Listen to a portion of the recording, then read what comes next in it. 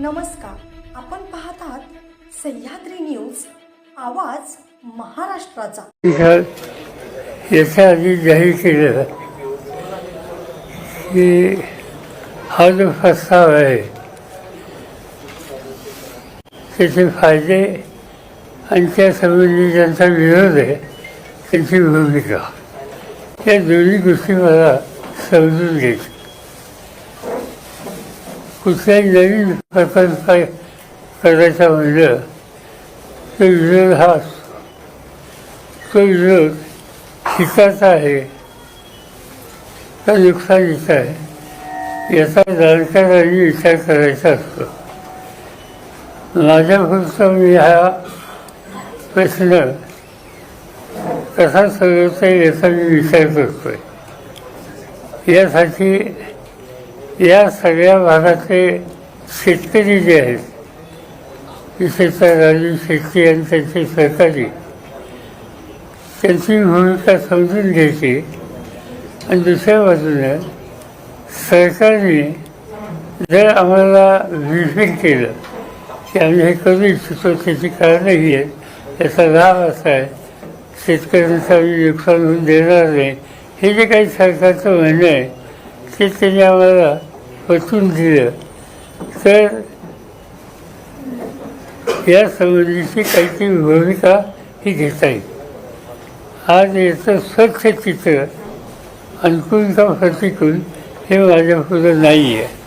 आणि म्हणून जोपर्यंत हा मोठा प्रकल्प आणि त्या संबंधीच्या दोन्ही बाजू आपल्याला समजत नाहीत तोपर्यंत त्याच्यावर भाष्य करणं योग्य नाही. राज्याच्या वित्त विभागानं या प्रकल्पावर काळजी व्यक्त केली. ज्या पद्धतीनं या सगळ्या प्रकल्पावर पैसे खर्च होणार आहे तितकं बजेट किंवा तितका पैसा सरकारकडे सध्या नाही, त्यामुळे वित्त विभागानं देखील काळजी व्यक्त केली या सगळ्या. यामुळे सरकारवर एक आर्थिक भार पडणार आहे असं वित्त विभागाचा. नाही, आजच्या वृत्तपत्रामध्ये वित्त विभागाने काय म्हणले याची माहिती आलेली आहे. त्यावेळेला मी सरकारची बाजू ऐकायची म्हणतो त्यावेळी हेही ऐकायला लागेल ना. कारण शेवटी पैसे एवढा मोठा प्रोजेक्ट आणि फायनान्शियल उभारणी याच्या संबंधीची सारखा असेल तर त्याच्यात किती यश येईल हे आज सांगता येणार नाही. हिंदी सक्तीवरनं महाराष्ट्र राज्यामध्ये वाद निर्माण झालेला आहे. आपण पाहतो की मनसे असेल, शिवसेना असेल, मोर्चा काढण्याच्या परिस्थितीत आहेत आणि त्याचबरोबर विरोधक देखील आक्रमक झालेले आहेत. कशा प्रकारे तुम्ही हा मुद्दा बघता? कारण हिंदी सक्ती करणं चुकीचं आहे अशा प्रकारचा आक्षेप आहे. या मोर्चांमध्ये आपण सहभागी होणार. याच्यामध्ये भाग दोन आहेत. पहिली ते चौथी प्राथमिक तिथं हिंदीची सक्ती तिथं करणं योग्य नाही. पण पाचवीपासून वर हिंदी ही येणं त्या विद्यार्थ्याच्या हिताच्या दृष्टीने आहे. आज देशामध्ये जवळपास 55% लोक हिंदी बोलतात.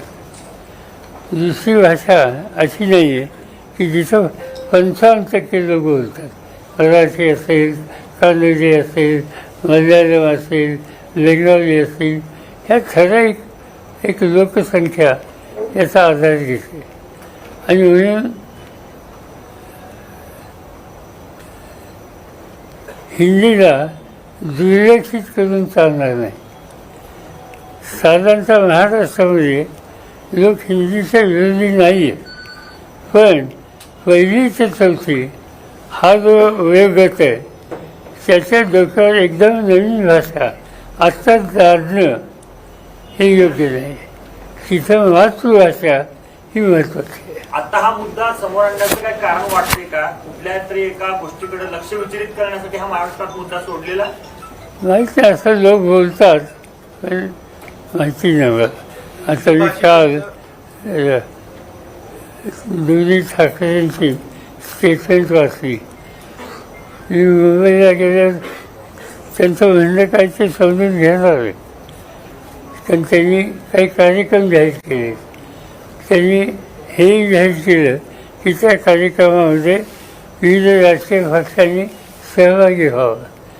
जर सहभागी व्हायचं असेल तर नक्की त्यांचं धोरण काय हे समजून घ्यावं लागेल. मुंबई आणि उपनगरांमध्ये हिंदी भाषिक मोठ्या प्रमाणात आहे आणि त्यांच्या मतांसाठी हे हिंदी सक्तीचं पुढं केलेलं आहे भाजप सरकारने, असं ठाकरे बंधूंकडून दावा केला. मला माहीत नाही. काल दादा भुसे काल सांगतात की काल कोणती पत्रकार परिषद घेताना राज ठाकरे म्हणाले की या संदर्भात आपण मोर्चा काढणार होतो आणि या मोर्चामध्ये कोण कोण सहभागी होतं हे देखील मला बघायचं आहे. कारण फक्त बोलणं आणि प्रत्यक्ष मोर्चामध्ये येणं, कारण हा मोर्चा जो असेल तो झेंडा व्यतिरिक्त अजेंडा असेल या मोर्चामध्ये. आपण या मी आता त्याचं उत्तर दिलं मी की या संबंधीचं काही भाष्य त्यांनी केलेलं आहे ते आम्हाला समजून घ्यावं लागेल ना. कुणी सांगतो तुम्ही याच्यात सहभागी व्हा अशी भूमिका घेताना नाही. पण जर त्यांचा मुद्दा महत्त्वाचा असेल, राज्याच्या हिताचा असेल, तर तो जाणून घेणं आणि त्याच्यावर योग्य तो निर्णय घेणं इतकी आवश्यकता आहे. भाजप हा मुद्दा सोडून काढेल असं वाटतं का? कारण आम्ही मराठी भाषेला अभिजात भाषेचा दर्जा दिला, असं असताना हे जो हिंदी आणि मराठीचा जो वाद सुरू आहे हे भाजप आणून पाडेल असं वाटतं. मला काही याच्यात वाद दिसत नाही. माझ्या मते फक्त सरकारने पहिली ते चौथी इथं हस्त करू नये. पुस्तकांना स्थगिती दिली, मात्र तोंडी शिकवणार असं दादा भुसेंनी आता स्पष्ट केली. मला ठाऊक नाही. साहेब, शक्तीपीठसाठी समृद्धी महामार्गाचा दाखला दिला जातो, त्याच्यामुळे खूप मोठी प्रगती होत आहे असं सांगितलं जातं. त्याच समृद्धी महामार्गावर ठिकाणी तुम्ही टीका केली होती की जे कोणी जात आहेत त्यांना देवेंद्रांची आज्ञा होते, अशी इथपर्यंत टीका केली होती तुम्ही. तर खरोखरच त्याच्यामुळे समृद्धी महामार्गामुळे विकास होतोय का? आता लगेच कसं सांगायचं, तसं रस्ता झाला आहे.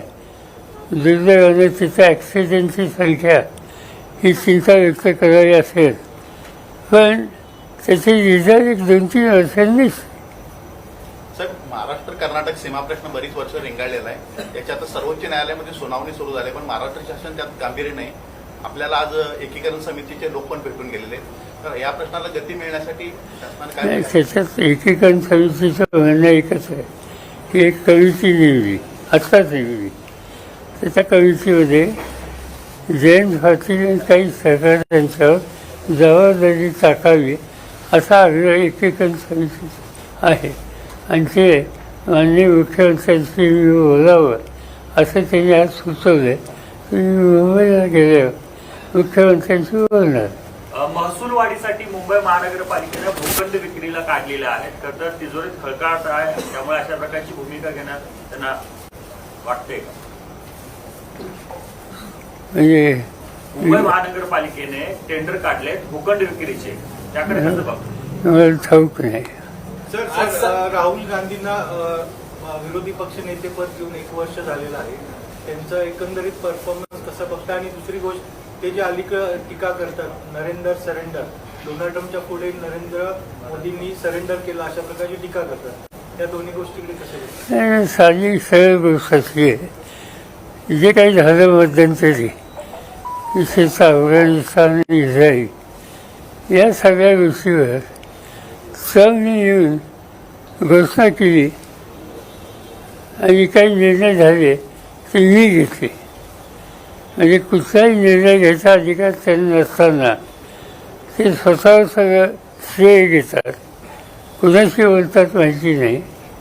आणि त्यामुळं त्यांची विधानं हे अस्वस्थ करणारी आहेत. आज युरोप खंडात सुद्धा अनेक देश हे हा दृष्टिकोन जो ट्रम्पचा आहे त्याच्याबद्दलची त्यांच्यात नाराजी आहे. हा संबंध जो वेल्थ आहे, म्हणजे त्यात सौदी अरेबिया असेल, कतार असेल, अफगाणिस्तान असेल, इराण असेल, या सगळ्या वेल्थमध्ये हा अमेरिकेची भूमिका याच्याबद्दल लोकांच्यात नाराजी आहे. आपण शक्तिशाली आहोत म्हणून छोट्या देशांच्यावर आपलं मतं लादणं हे योग्य नाही. आणि त्यामुळं भारताने याच्यात स्वच्छ भूमिका ही घेतली पाहिजे. आपण जर बघितलं स्वातंत्र्याच्या नंतर मग जवाहरलाल नेहरू असोत, इंदिरा गांधी असोत, मनमोहन सिंग असोत, नरसिंहराव असोत, अटल बिहारी वाजपेयी असून या सगळ्यांनी या आखाती देशातल्या लोकांच्या भावना नजरेसमोर ठेवून त्यांना नेहमीच पाठिंबा दिला होता. आपण इस्रायलची शेती आणि या संदर्भात संबंध ठेवले, पण राजकीय संबंध आपण इस्रायलशी ठेवलेले नव्हते. पहिल्यांदा आजचं सरकार जे आहे यासंबंधी स्वच्छ भूमिका घेत नाही आणि त्याचा परिणाम हा सबंध आखाती देशामध्ये आपल्याबद्दल म्हणजे भारताबद्दल गैरसमज आज तयार होतं. ही गोष्ट चांगली नाही. सर काल मुंबई मराठी पत्रकार संघाच्या कार्यक्रमात कुमार केतकर जे काँग्रेसचे माजी खासदार आहेत आणि ज्येष्ठ पत्रकार आहेत, त्यांनी एक असा दावा केलाय की ज्यावेळेस तुम्ही कृषी मंत्री होता त्यावेळेस इतर सीएम बरोबर नरेंद्र मोदींनाही तुम्ही इस्रायलला घेऊन गेला. तुम्ही मध्यंतरी हा खुलासा केलेला आहे. त्याच्या पुढे जाऊन ते म्हणतात की त्याच दरम्यान नरेंद्र मोदी इस्रायलच्या संपर्कात आले, त्यांच्यावर ते संस्कार झाले. त्याची परिणिती अलीकडची जी पॉलिसी आहे भारताची, म्हणजे कुठं तरी त्यावेळेस ते संपर्कात आले होते का? असं आहे, इस्रायलला जायचं माझं ठरलं शेती मंत्री म्हणून आणि मला कार्यक्रम जाहीर झाल्याच्या नंतर नरेंद्र मोदी मुख्यमंत्री होते. त्यांचा मला फोन आला की या देशाची शेती आणि पाण्याची बचत या संबंधीचा जो कार्यक्रम आहे तो बघायची मला इच्छा आहे. साधारणतः त्या देशामध्ये जाण्यासाठी व्हिसा आपल्याकडे मिळत नसे. नरेंद्र मोदींनी मला असं सांगितलं की तुम्ही जाताय, तुमचं शिष्टमंडळ आहे, त्या शिष्टमंडळामध्ये माझाही समावेश करा आणि मला ते बघता येईल. म्हणजे काय हरकत नाही. मी प्रधानमंत्र्यांशी बोललो, त्यांनी हो म्हणून सांगितलं आणि आम्ही गेलो तिथं. माझ्यावर ते होते. त्याच्यानंतर आपल्या राजस्थानच्या मुख्यमंत्री काय त्यांचं नाव वसुंधरा त्या होत्या. त्याच्यानंतर हरियाणाचे मुख्यमंत्री होते आणि आमचं डेलिगेशन गेलं होतं. ही गोष्ट खरी आहे. त्याच्या पुढे ते 1 आठवडा 10 दिवस जास्त तिथं राहिले आणि त्यानंतर ते संपर्कात आले आणि त्यांचं असं म्हणणं आहे की नरेंद्र मोदी 2014ला सत्तेवर येण्यामागे एक आंतरराष्ट्रीय गटाचा भाग होता, असं कुमार केतकर काम बोलतो. मला ठाऊक नाही. साहेब, आता आपण शेतीबद्दल आपले बरेच प्रयोग सुरू असतात. सध्या आपण ऊसाची AI शेती करायचं ठरवलेलं आहे आणि शासनानं सुद्धा त्याला 500 कोटीची त्याला निधी दिला. तर ह्याच्यातनं 25 ते 40% उत्पादनता वाढेल असं म्हटलेलं आहे. तर तेवढं ऊस वाढल्यानंतर उद्या साखरेचे साठा वाढणार, त्याचे बरेच प्रश्न निर्माण होणार. याचा काही विचार केला गेला? सगळ्याचा विचार केला. असं आहे की 50% उत्पन्न वाढेल हे मला पटत नाही. माझं असेसमेंट आहे. म्हणजे आम्ही हा 3 वर्ष काम करतो आहे. आम्ही प्रत्यक्ष ऊसाची लागवड केली, शेतकऱ्यांना दाखवतो आहे. आमचा अनुभव असा आहे की या पद्धतीनं साधारणतः 30 ते 35% उत्पन्न वाढतं. एक. दुसरी गोष्ट, पाणी 30% कमी लागतं. तिसरी गोष्ट, खतं 30% कमी लागतात. याचा अर्थ उत्पादन खर्च हा कमी होतो आहे आणि 30% उत्पन्न वाढते आणि त्यामुळे हे उपयुक्त आहे. आता यापासून साखर तयार होईल, इथेनॉल तयार होईल, जगाच्या बाजारपेठेमध्ये पाठवता येईल. अधिक उत्पादन होणं दर एकरी हे शेतकऱ्यांच्या आणि राज्याच्या हिताचं आहे. खरं तर याच संदर्भात राजकीय यांनी असे आरोप केले आहेत की एआयचा वापर तुम्ही उत्पादन वाढवण्यासाठी करत आहात, मात्र ज्या बेसिक गोष्टी आहेत, जे उतारा कमी केला जातो किंवा काटा मारला जातो, शेतकऱ्यांचं या ठिकाणी खरं नुकसान होते, त्यामध्ये तंत्रज्ञान आणणं खूप गरजेचं आहे असं राजू शेट्टी यांचं म्हणणं आहे. हे त्यांचा कुठल्या साखर कारखान्यात प्रश्न असेल, काटा मारणं वगैरे, हे काही सरकारचं धोरण नाही. हा उद्योग कोणताही करतो असं त्यांचं म्हणणं असावं. त्याची चौकशी त्याच्यात तंत्रज्ञान आणलं पाहिजे असं त्यांचं म्हणणं आहे. आधुनिक काटे किंवा त्याच्यात काटामारी होणार नाही असं. आता काटाबाजी उद्या तुम्ही रेकॉर्डच खोटं लिहिलं तर कुठलंच तंत्रज्ञान आहे. आगामी अधिवेशनामध्ये पावसाळी अधिवेशनात जनसुरक्षा विधेयक आणण्याचा प्रयत्न सुरू आहे. नव्या सुधारणासह आपण हे विधेयक कसं पाहता? त्याच्यासाठी एक कविता आहे आमच्या पक्षाच्या वतीनं, जयंत पाटील त्या कवितेत आहेत. साधारणतः प्रायमाफेसी असं दिसतं की कुणालाही कसले दुर्जनीकरणावरून अटक करण्याचा अधिकार हा सरकारला आपण देतो आणि त्यामुळे सार्वजनिक जीवनात जे काम करतात त्यांच्यात अस्वस्थता आहे आणि त्यासाठी गेले 2-3 दिवसापूर्वी मुंबईला एक बैठक झाली. त्या बैठकीत मी नव्हतं, पण आमचे अध्यक्ष होते आणि त्यांनी या संबंधी आणखीन काही निर्णय घेऊन त्या विधेयकात दुरुस्त्या काय कराय याचा ते विचार करतात. ते जे काही करतील त्याला आमचा पाठिंबा आहे. खरं तर संपूर्ण आता राज्यभर शिवसेना आणि मनसे हे एकत्र येण्यासंदर्भातल्या चर्चा चालू आहेत. आज सामनामध्ये दोघांचे बातम्या त्या देखील आजूबाजूला लागून राहिल्या आहेत. आपल्याला काय वाटते, मनसे आणि शिवसेना एकत्र येतील? आणि तर चांगलं येतील का नाही, मी काही ज्योतिषी नाही. आणि तर चांगलं आणि राऊत सांगतात याला, त्यामुळे आणखीन चांगलं. साहेब, 25 जूनला आणीबाणीला 50 वर्ष पूर्ण झाली. भाजपकडून हा दिवस संविधान हत्या दिन म्हणून साजरा केला. कसं बघताय, कारण तुम्ही सुद्धा यामध्ये होता? असं आहे, आणीबाणीच्या संबंधीचा निर्णय लोकांना या देशात आवडला नव्हता. हे लक्षात आल्याच्या नंतर हा निर्णय घेतला कोणी? इंदिरा गांधींनी. इंदिरा गांधींनी जन्मताचा अंदाज त्यांनी घेतला आणि लोकांची नाराजी हे लक्षात आल्यावर त्यांनी देशाची माफी मागितली आणि त्यांनी देशाची माफी मागितल्याच्या नंतर 3 महिन्यांनी निवडणूक आली. जनता पक्ष सत्तेत होता, आणीबाणीला विरोध करणारे, पण 1 वर्षाच्या आत त्यांचं सरकार गेलं. निवडणुका आल्या, लोकांनी इंदिरा गांधीला 5 वर्षासाठी निवडून दिल्या. पुढे हत्या झाली, वाद सोडा, पण लोकांचा निर्णय काय होता?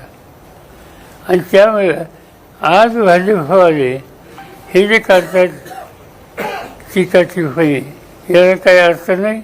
त्यांनी हे बघावं की इंदिरा गांधींनी माफी मागितली का नाही, 1.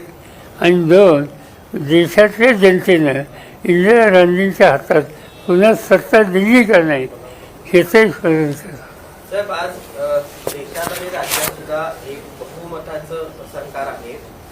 खरं तर विरोधकांना कोणत्याही निर्णयामध्ये सामावून घेणं गरजेचं असतं लोकशाहीमध्ये. मात्र शक्तीपीठचा असेल, आलमट्टीचा विषयामध्ये असेल किंवा इतर कुठल्याच विषयामध्ये विरोधकांना फारसं स्थान दिलं जात नाही, अशा पद्धती किंवा चर्चा त्यांच्यासोबत केली जात नाही, असं एक चित्र सध्या दिसतंय. असं आहे की ज्यांच्या हातात सत्ता आहे त्यांची एक विचारधारा आहे आणि ती विचारधारा लोकशाहीला फार पूरक आहे असं दिसत नाही. ह्याची लक्षणं आहेत. राजकारणामध्ये आणि संसदीय लोकशाहीमध्ये सुसंवाद ही अत्यंत महत्त्वाची गोष्ट आहे. डायलॉग, आता डायलॉगच करायचा नाही ही भूमिका जरी घेतली तर काही तक्रार करता येत नाही. त्यांच्या हातात सत्ता आहे, बहुमत आहे. योग्य वेळी या संबंधीची भूमिका लोकांच्यासोबत मांडावी. साहेब, आता आपण म्हणालात की काही वेळापूर्वी म्हणालात की दोन्ही शिवसेना एकत्र आल्या तर काय हरकत नाही, चांगली गोष्ट आहे. याच पद्धतीनं दोन्ही राष्ट्रवादी एकत्र येतील का, ही चांगली गोष्ट राज्याला. कोणी एकत्र येऊन सगळं विसरून काही करत असतील तर ती गोष्ट केव्हाही चांगली. दोन भावांच्यात मतभेद असले ते मतभेद विसरून पुन्हा जीवाभावाने त्यांनी काम करायचं ठरवलं तर त्याबद्दल नाराज व्हायचं काही कारण नाही. काका पुतण्यांच्यात मतभेद असतील ते सोडून एकत्र असं प्रश्न काका काका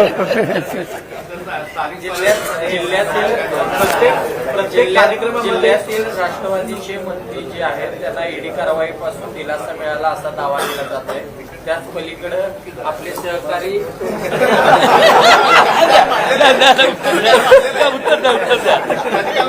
काल मांडले मी ना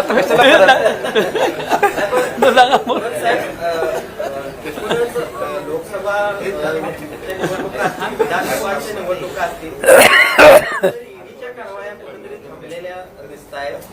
विशेषतः राजकीय लोकांच्यावर मागच्या काळामध्ये ज्या काही कारवाया झाल्या त्या लोकसभा आणि विधानसभाच्या निवडणुकीनंतर त्या कारवाया कमी झालेल्या आहेत असं दिसतंय. क्लीन चिट मिळाली. क्लीन चिट मिळायला गेलेली आहेत अनेकांना असं निवडणुका झाल्यानंतर क्लीन चिट मिळायला गेलेली आहे, कारवाई कमी झालेली आहे. कसं बघता याच्याकडं? भ्रष्टाचार थांबला म्हणायचं? माहिती नाही. मध्यंतरी माझ्याकडं एक साधारणतः 200 केसेस काही लोकांनी दिल्या. त्या केसेस कशाबद्दलच्या की तुम्ही एखादी संस्था चालवतात आणि त्या संस्थेने असा निर्णय घेतला नर्सिंग कॉलेज काढायचं. नर्सिंग कॉलेज काढायचं असेल तर परवानगी घ्यायला लागते.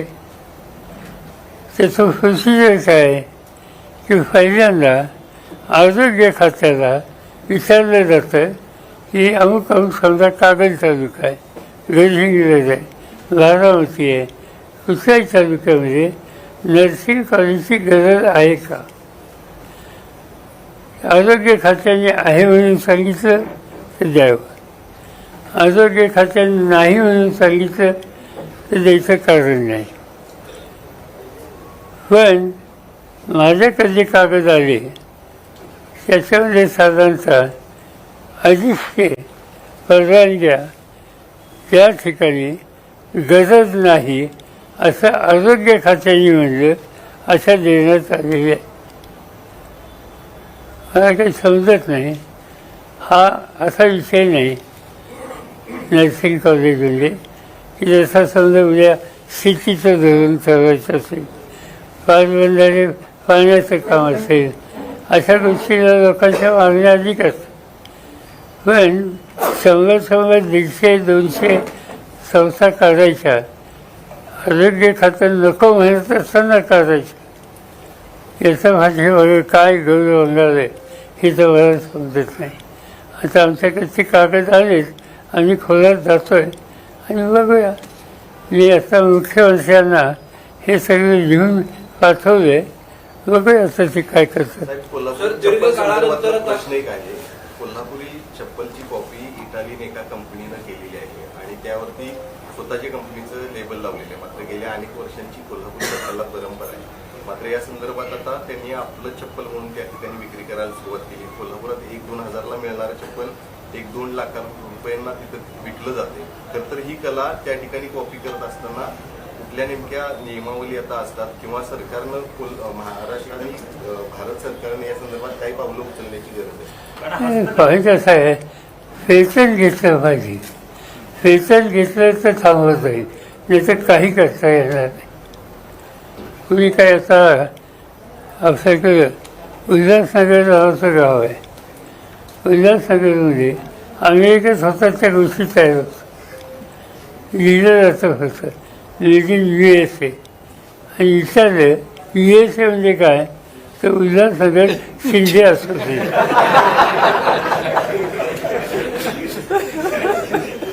जीआय टॅग त्याला जीआय मानांकन मिळालेलं आहे, तरी देखील त्याचा नेमका मग काय उपयोग आता या टॅगचा? चुकीचं आहे, म्हणजे घडतं आहे ते चुकीचं आहे. पण त्याला वेतन घेणं आणि उत्तर देणं हा मार्ग आहे. साहेब, जरा मगाशी तो एक प्रश्न सुटला की राज ठाकरेंसंदर्भातला मराठी आणि हिंदी या संदर्भात मुंबईतले किंवा देशातले बडे जे मराठी कलाकार आहेत, साहित्यिक आहेत, हे काहीच बोलायला तयार नाहीत. उदाहरणार्थ नाना पाटेकर असतील, माधुरी दीक्षित असतील, सचिन तेंडुलकर असतील. राज ठाकरेंचा कदाचित त्या दिशेने रोख आहे का की कोण कोण येत आहे आणि कोण कोण बोलत नाही यांना बघून घेतो? हे मला माहिती नाही. असा का हट्ट करायचा की सचिन तेंडुलकरनीच मत द्यावं? हा, उद्या क्रिकेटमध्ये काही विचारायचं असेल तर त्या क्षेत्राचा तो वाच आहे. जगातला एक मोठा माणूस आहे, त्यांनी कर्तृत्व दाखवलं, त्याचं मत त्या बाबतीत घेतलं तर समजू शकतो. पण नाही त्या गोष्टी म्हणजे त्याच्या दृष्टीनं आपल्या दृष्टीनं महत्त्वाच्या, पण त्याचा संबंध नाही अशांची मतं घेणं आणि त्याच्यात त्यांना कोण कोण नेत नाही हे मी बघतो. ही भाषा काही चांगली नाही. 4 वर्षानंतर आता स्थानिक स्वराज्य संस्थेच्या निवडणुका होत आहेत. 5 वर्षाच्या गॅप नंतर स्थानिक स्वराज्य निवडणुका होत आहेत, तर आपण कसं बघतो?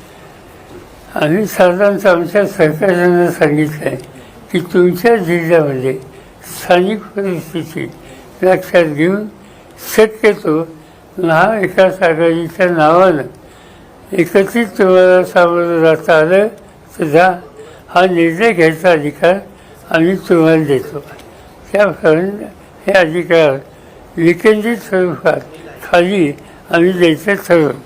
साहेब, अलीकडे जे महाविकास आघाडीकडून किंवा अपक्ष असे उमेदवार विधानसभेला महायुतीच्या विरोधात लढले होते, तेच आता 6 महिने पण होत नाहीत, तेच आता महायुतीमध्ये बऱ्यापैकी गेलेले आहेत. उदाहरणार्थ KP पाटील साहेब असतील, वैभव पाटील तुमच्या पक्षाचे, ते आता सगळे महायुतीच्या पक्षांमध्ये जात आहेत. मग काय शिल्लक ठेवतायत की नाही महाविकास आघाडीला?